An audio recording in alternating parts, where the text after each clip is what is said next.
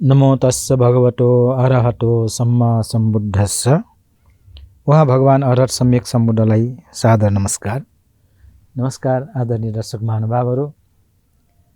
भगवान बुद्धको उपदेश सङ्ग्रह त्रिपिटक अन्तर्गत पहिलो पिटक सूत्र पिटकको 5वटा निकायमध्ये चौथो निकाय अङ्गुत्तर निकायको सिलसिलेवार चर्चा गर्ने क्रममा आज हामी 122औं एपिसोडमा आइपुगेका छौँ। योभन्दा अगाडिको एपिसोडहरूमा हामीले यही अङ्गुत्तर निकायको 11वटा निपातहरूमध्ये दोस्रो निपात जसलाई दुःख निपात भनिन्छ र त्यसमा पनि विभिन्न वर्गहरूमध्ये चौथो वर्ग समचित्त वर्गको विषयमा कुराकानी टुङ्ग्यायौँ र आज 5औं वर्ग जसलाई परिसवगो अथवा परिसर वर्ग लिएर म उपस्थित भएको छु। आदरणीय दर्शक महानुभावहरू, यो परिसर वर्गमा पनि 10वटा सूत्रहरू राखिएका छन् र यो परिसर वर्ग अथवा परिषद वर्ग, परिषद भन्नाले एउटा समूह अथवा उपस्थित व्यक्तिहरू भनेर हामीले बुझ्छौँ र यसरी परिषदहरू पनि विभिन्न प्रकारका उल्लेख भएको छ। भिक्षु परिषद, भिक्षुनी परिषद, उपासक परिषद, उपासिका परिषद। हुन त भिक्षु भिक्षुनी उपासक उपासिकाको परिषदलाई सङ्घको नाम पनि दिइएको छ र सङ्घ भन्नाले त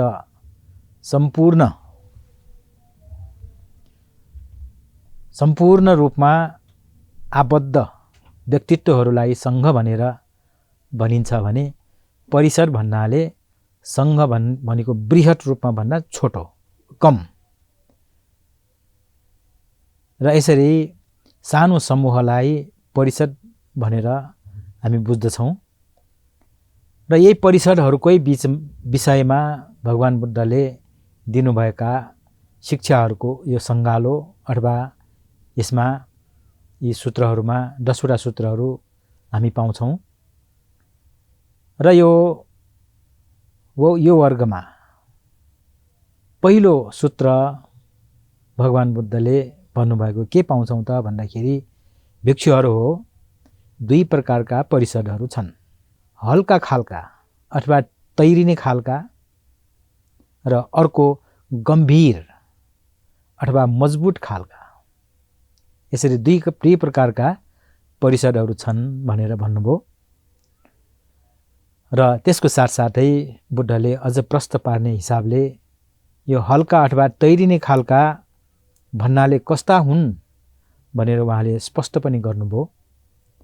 के भन्नुभयो त उहाँले भन्दाखेरि भिक्षुहरू हो जुन परिषदमा भिक्षु उद्धत हुन्छन् अथवा चञ्चल हुन्छन्, अभिमानी हुन्छन्, चपल हुन्छन्, मुखर हुन्छन् भने मुखमा आएको कुरालाई मुखमुखै लाग्ने, असंयत भाषी हुन्छन्, त्यसमा बोल्नमा कुनै उसलाई चाहिँ रोकटोक उसले चाहिँ वास्ता गर्दैन, संयमित हुँदैन, असंयमित किसिमबाट बोल्छन् र विस्मृत स्मृतिका हुन्छन् भनेको धेरै भुल्ने खालका अथवा बुझ पचाउने खालका, मूर्ख हुन्छन्, चित्तको एकाग्रताबाट हीन हुन्छन्, भ्रान्त चित्तका हुन्छन्, चित्त डामाडोल हुन्छन्, त्यसै गरी असंयत इन्द्रियका हुन्छन्, इन्द्रियको संयम छैन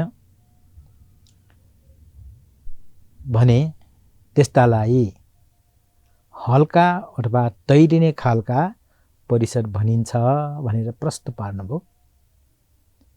आदरणीय दर्शक महानुभावहरू, भिक्षुहरू पनि यस्ता खालका हुन्छन् त भन्ने फेरि हामीलाई मनमा लाग्न सक्छ। हामीले त्रिपिटक साहित्य अध्ययन गर्दाखेरि बुद्धको समयमै पनि विभिन्न खालका मानिसहरू भिक्षु बन्न आएका थिए। एउटा एक प्रकारका व्यक्तिहरू बुद्धको शिक्षा सुनेर बुझेर जानेर अभ्यास गरेर एकदम श्रद्धापूर्वक भिक्षु बन्न आउनेहरू हुन्छन् भने अर्का खालका मानिसहरू भिक्षु भइसकेपछि विभिन्न मानिसहरूले गर्ने आदर सत्कार गौरव दान प्रदान विभिन्न प्रकारका यो सुविधाहरू त्यो देखेर भिक्षु बन्न आउनेहरू पनि थुप्रै थिए, जो कि काम गरेर खान अल्छी गर्ने, जसलाई कि काम गर्न मन नलाग्ने, बसी बसी खान पल्केकाहरू, त्यस्ता मानिसहरू पनि त्यहाँ भिक्षु बन्न आउँदाखेरि उनीहरूले आफ्नो स्वार्थ अनुसारको मात्रै जीवनचर्या गर्ने भए। बुद्धको शिक्षा के हो, शील नियम विनय के हो, ध्यान भावना के हो, प्रज्ञा के हो भन्नेतिर उनीहरू लाग्दैनन्। भयभरको सुविधालाई चाहिँ सुविधामुखी भएर सुविधा भोगी भएर अर्काको मान सम्मान बटुलेर बस्नेहरू पनि थुप्रै थिए। र त्यही बीचमा यस्ता अहिले भर्खर भगवान बुद्धले जुन भन्नुभएको स्वभावका मानिसहरू पनि अथवा भिक्षु भएका थिए। र यसरी उहाँले भिक्षु मात्रै भनेर भएन, हुँदैन, यिनीहरू पनि हल्का खालका हुन्छन्, तैरिने खालका हुन्छन्, जस्तो कि चञ्चल छ, चप्पल छ, अभिमानी छ, मुखमुखै लाग्छ, बोलीमा कुनै संयमता हुँदैन, मूर्ख हुन्छन्। यस्ता भिक्षुहरू पनि हुन्छन्। तर त्यो भिक्षु परिषदलाई हल्का भिक्षु परिषद अथवा हल्का परिषद भनेर भनिन्छ। यसरी जान्नु भनेर चाहिँ उहाँले बडो राम्रोसँग सम्झाउनु भएको कुरा यसमा पाउँछौँ। र यो कुरा सर्वसाधारणले पनि बुझ्नु जरुरी के छ त भन्दाखेरि, यदि साँच्चीकै त्यस्ता भिक्षु परिषद छन् भने उनीहरूबाट धर्मको सही मार्गदर्शन पाउन सक्दैन। र सही मार्गदर्शन नपाउने हुनाले त्यो धर्मबाट जति फाइदा हुनुपर्ने हो, जति त्यसबाट चाहिँ मानिसले शान्ति अनुभव गर्नुपर्ने हो, त्यसबाट उनीहरू वञ्चित हुन्छन्। र त्यति मात्रै होइन, त्यस्तो किसिमको धर्मको अनुभव नभएपछि जति पाउनुपर्ने त्यसको फल, त्यसको प्रतिफल, त्यसको आनिशंस, त्यसको परिणाम प्राप्त नभएपछि भिक्षुहरूप्रति अथवा भनौँ यो बुद्धको शिक्षाप्रति पनि उनीहरू वितृष्णा जागेर चाहिँ त्यसबाट अलग हुन सक्छन्। त्यो हुनु भनेको त्यो व्यक्तिहरूको अथवा त्यो उपासक उपासिकाहरूको जसले भिक्षुका कुराहरू सुन्छन् उनीहरूको ठुलो हानि हुन्छ। धर्ममा जुन श्रद्धा उत्पन्न गरेर आएका हुन् त्यो श्रद्धा भङ्ग हुन्छ। जुन अभ्यास गर्छु भनेर चाहिँ दिलो ज्यान लागेका हुन्छन् उनीहरू त्यस्ता भिक्षुहरू देखेर कति पनि श्रद्धावान नभइकन उनीहरू फर्किन सक्ने हुन्छन्। अथवा कोहीले आँखा चिम्लेर त्यही भिक्षु नै राम्रो हो भनेर गयो भने ऊ पथभ्रष्ट भएर अर्कै मार्गतिर अर्कै दिशातिर लाग्ने हुन्छन्। ती हल्का खालका भिक्षुहरू जो त्यो विभिन्न प्रकारको विशेषण यहाँ प्रयोग भएको छ, तिनीहरू आफ्नो जीवनलाई नष्ट गर्छन् त गर्छन्, घाटा त उनीहरूको हुन्छ, तर उनीहरूको कारणले गरेर अरू सर्वसाधारणहरू पनि दिग्भ्रमित भएर यसरी मार्गविहीन भएर चाहिँ जान सक्छ। त्यसकारण यसतर्फ सतर्क गराउनको लागि भगवान बुद्धले यसरी भिक्षु परिषदको पनि यसरी दुई खालको छ। एउटा यो तैरिने खालका भए, अब अर्को खालको जुन कि गम्भीर खालका छन्, मजबुत खालका छन्। जति त्यो तैरिने खालका हल्का खालका भिक्षु परिषदहरू हुन्छन् त्यसको ठीक विपरीत जुन परिषदमा भिक्षु उद्धत हुन्नन्, चञ्चल हुन्नन्, अभिमानी हुन्नन्, चपल हुन्नन्, सम्यक भाषी हुन्छन्, स्मृतिवान हुन्छ, बुद्धिमान हुन्छन्, चित्तको एकाग्रताबाट युक्त हुन्छ, भ्रान्त चित्तका हुन्नन्, संयत इन्द्रियका हुन्छन् भने यस्ता परिषदलाई गम्भीर परिषद अथवा मजबुत परिषद भनिन्छ। के? भिक्षु परिषद। आदरणीय दर्शक महानुभावहरू, यहाँ भगवान बुद्धले भिक्षुहरूलाई नै सम्बोधन गरेर भिक्षुहरूको बारेमा जुन यो बताउनु भयो, हल्का खालका र गम्भीर खालका। अब यसो समाजमा हेर्यौँ भने हामीले अरू परिषदहरू पनि, उपासक परिषद भनौँ अथवा महिला परिषद भनौँ, पुरुष परिषद भनौँ, विद्वत वर्ग भनौँ, प्राज्ञिक वर्ग भनौँ, विभिन्न प्रकारका हाम्रो समाजमा विद्यमान जति पनि वर्गका परिषदहरू छन् तिनीहरूलाई पनि यो कुरा चाहिँ लागू हुन सक्छ।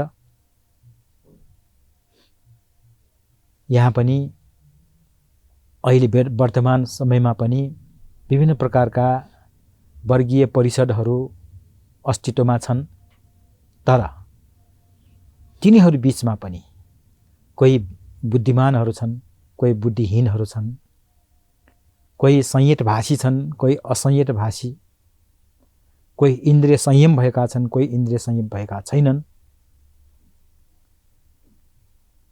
र यसरी यो हल्का खालका र गम्भीर खालका यी परिषदहरू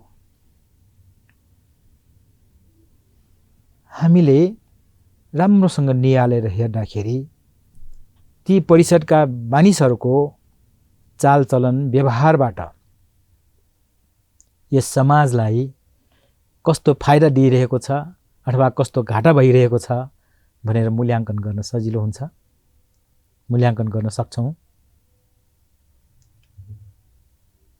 आदरणीय दर्शक महानुभावहरू, यसरी भगवान बुद्धले भिक्षुहरूलाई अगाडि सारेर भिक्षुहरूको उपमा राखेर र भिक्षुहरूलाई सतर्क गराउनु भएर जुन यी कुराहरू भन्नुभएको छ आजभन्दा 2600 वर्ष अगाडि, तर यो कुरा अहिले पनि त्यतिकै सान्दर्भिक छ, त्यतिकै व्यावहारिक छन्। के को लागि त? यस्तो परिषदहरूबाट अलग हुन, नराम्रो परिषदबाट अलग हुन र राम्रो परिषदलाई चाहिँ प्रोत्साहित गर्न, ताकि समाज सही दिशातर्फ उन्मुख हुन सकोस्। आदरणीय दर्शक महानुभावहरू, यसरी दुईटा परिषद यसरी भन्नुभयो भने अर्को सूत्रमा यही परिषदकै विषयमा चाहिँ भगवान बुद्धले भन्नुहुन्छ, भिक्षुहरू हो, दुई प्रकारका परिषद छन्, एउटा छरिएका अथवा विभाजित भएका र अर्को समग्र अथवा एकत्रित भएका।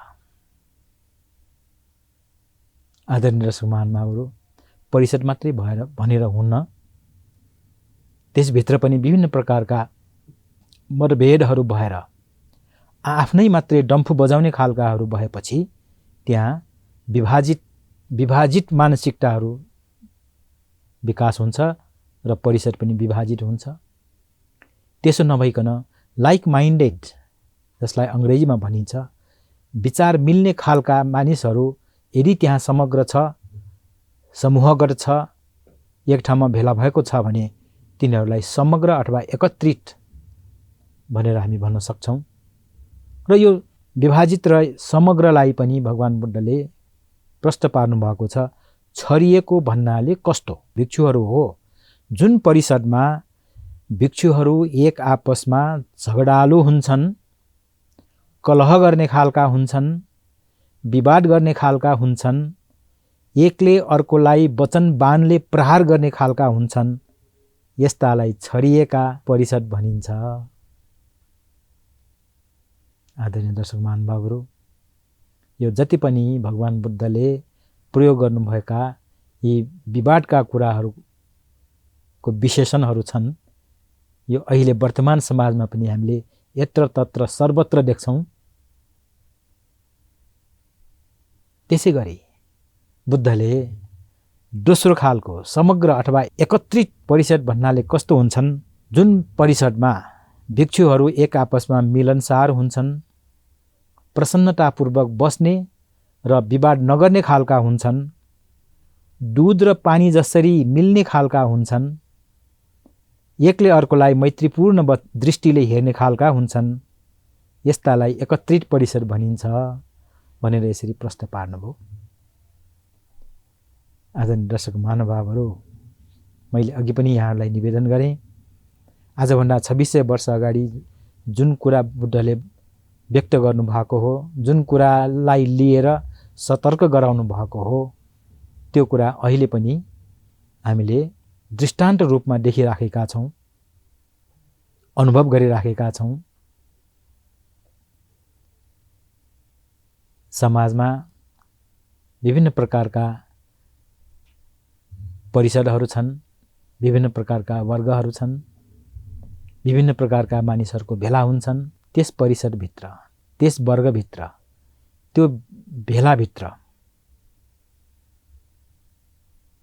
एकता छ कि छैन, मनोमालिन्य छ कि छैन, विचार मिल्ने खालका छ कि छैनन्, यो कुराहरूले बडो महत्त्व राख्दछ। र जति जति त्यो सकारात्मक दृष्टिकोणका व्यक्तिहरूको भेला हुन्छ, परिषद हुन्छ, त्यति त्यति त्यो वर्ग, त्यो समाज, त्यो देशको उत्थान चाहिँ भइरहेको हामी पाउँछौँ। र जति जति त्यहाँ झगडाको वातावरण बन्छ, विवादका वातावरण बन्छ, एक अर्काप्रति मैत्री भावको अभाव हुन्छ, त्यो समाज, त्यो वर्ग, त्यो परिषद पतनोन्मुख भएको कुराहरू हामीले प्रत्यक्ष अनुभव गरिराखेका छौँ। र यसरी भन्दै गर्दाखेरि हामीले हाम्रै आफ्नै परिवारको पनि उदाहरण यहाँ लिन सक्छौँ। परिवार पनि एक प्रकारको परिषद नै हो। त्यहाँ समूहगत रूपमा परिवारका सदस्यहरू हुन्छन् र ती सदस्यहरू बीच एक आपसमा मनोमालिन्य भयो भने त्यो परिवार विखण्डन हुनको लागि कति पनि बेर लाग्दैन। तर त्यसको ठिक विपरीत, यदि परिवारमा एक आपसमा दया, माया, करुणा, सहिष्णुता रह्यो भने त्यो परिवार मजबुत पनि हुन्छ र त्यो परिवारको विकास पनि बडो सजिलोसँग भइराखेको हामीले दृष्टान्त देखिराखेका छौँ। तसर्थ यसरी भिक्षुहरूलाई सम्बोधन गर्नु भएर विभिन्न प्रकारका भिक्षु परिषदको यहाँ जुन गुणको बारेमा चाहिँ भन्नुभयो, त्यो कुरा सबै वर्गमा, सबै परिषदतिर पनि लागू हुन्छ भन्ने कुरालाई हामीले चाहिँ मनन गरेर त्यसलाई चाहिँ अवलम्बन गर्न सक्यौँ, त्यसलाई लागू गर्न सक्यौँ र त्यसलाई हामीले आत्मसात गर्न सक्यौँ भने प्रत्येक वर्ग, प्रत्येक परिषदको चाहिँ उन्नति प्रगतिको नै कारण बन्दछ भनेर हामीले अनुमान गर्न सक्छौँ। आदरणीय दर्शक महानुभाव, यसै गरेर यही परिषदकै कुरामा उहाँले तेस्रो उपदेशमा चाहिँ के भन्नुभयो त? भिक्षुहरू हो, 2 प्रकारका परिषद छन् भनेर फेरि परिषदकै कुरा गर्नुभयो। र यहाँनिर आदरणीय दर्शक महानुभावहरू, यो सबै 2 प्रकारका परिषदको कुरा एकैचोटि भनेको जस्तो हामीले लाग्न सक्छ। किन? यो 2 प्रकारका परिषदको यो परिषद वर्गमा यही यसरी नै सङ्ग्रहित छन्। तर हामीले बुझ्नु जरुरी के छ त भन्दाखेरि यो एकैचोटि 2 प्रकारको भनिएको होइन। कुनै ठाउँमा पहिलो सूत्र भन्नुभयो भने अर्कै ठाउँमा दोस्रो सूत्र भन्नुभयो। त्यति बेला त्यहाँका श्रोताहरू फरक हुन सक्छन्, ठाउँ फरक हुन सक्छ र एकैचोटि 2 गरेर चाहिँ 10वटा सूत्र भन्नुभएको चाहिँ होइन। यो कुरामा हामी अलि स्पष्ट हौँ, नभए मनमा शङ्का हुन सक्छ। पहिले पनि 2 प्रकारको भन्यो, अर्को पनि 2 प्रकारको भन्यो, एकैचोटि 4 प्रकारको किन नभनेको, त्यस्तो मनमा लाग्न सक्छ। तर भगवान बुद्धले उपदेश दिनु हुँदाखेरि, शिक्षा दिनु हुँदाखेरि त्यहाँ उपस्थित परिषदको मानसिकतालाई विचार गर्नुहुन्छ। देश, काल, परिस्थिति भने जस्तै स्थितिलाई आंकलन गरेर त्यहाँ भेला भएका परिषदको बुद्धिको स्तरलाई अन्दाज गरेर उहाँले बडो राम्रोसँग कुरा गर्नुहुन्छ। बुझाउनुहुन्छ, सम्झाउनुहुन्छ र कतै कतै ती परिषदलाई गालीको रूपमा पनि कुराहरू राख्नुहुन्छ। मैले एउटा उदाहरण पहिले पनि दिइसकेँ। एकपटक बाहिर जिल्लाबाट भनौँ न, अर्को सहरबाट, एउटा सहरबाट अर्को सहरमा चाहिँ आयो, जुन सहरमा भगवान बुद्ध बस्नु भएको थियो।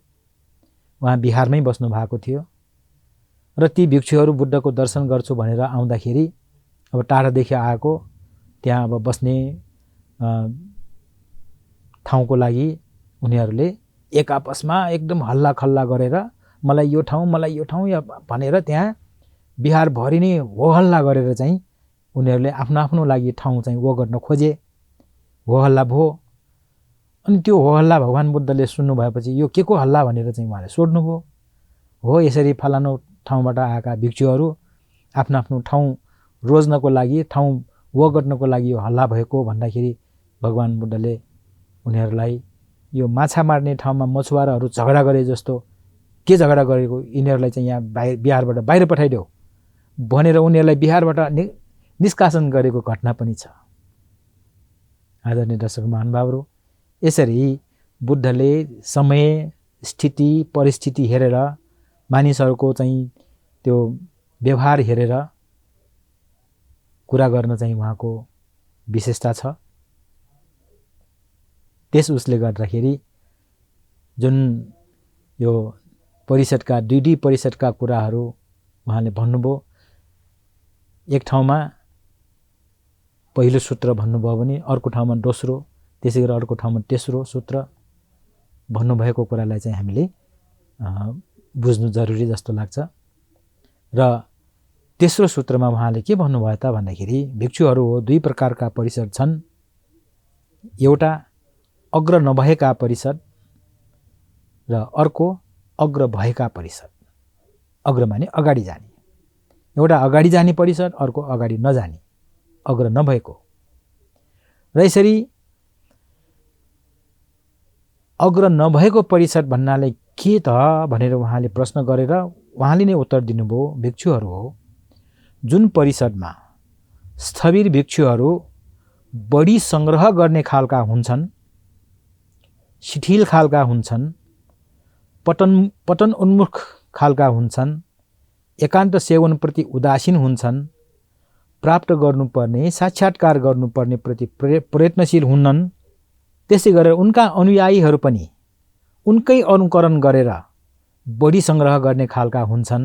यसरी प्राप्त गर्नुपर्ने, साक्षात्कार गर्नुपर्ने प्रति प्रयत्नशील हुँदैनन् भने त्यस्तोलाई अग्र नभएका परिषद भनिन्छ भनेर चाहिँ भन्नुभयो। आदरणीय दर्शक महानुभाव, यहाँ स्थविर भिक्षुहरू भन्दाखेरि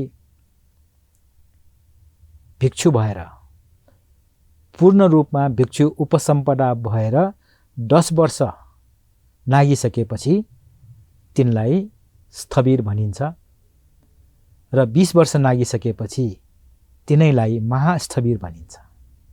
यो भिक्षु परम्पराको एउटा नियम हो।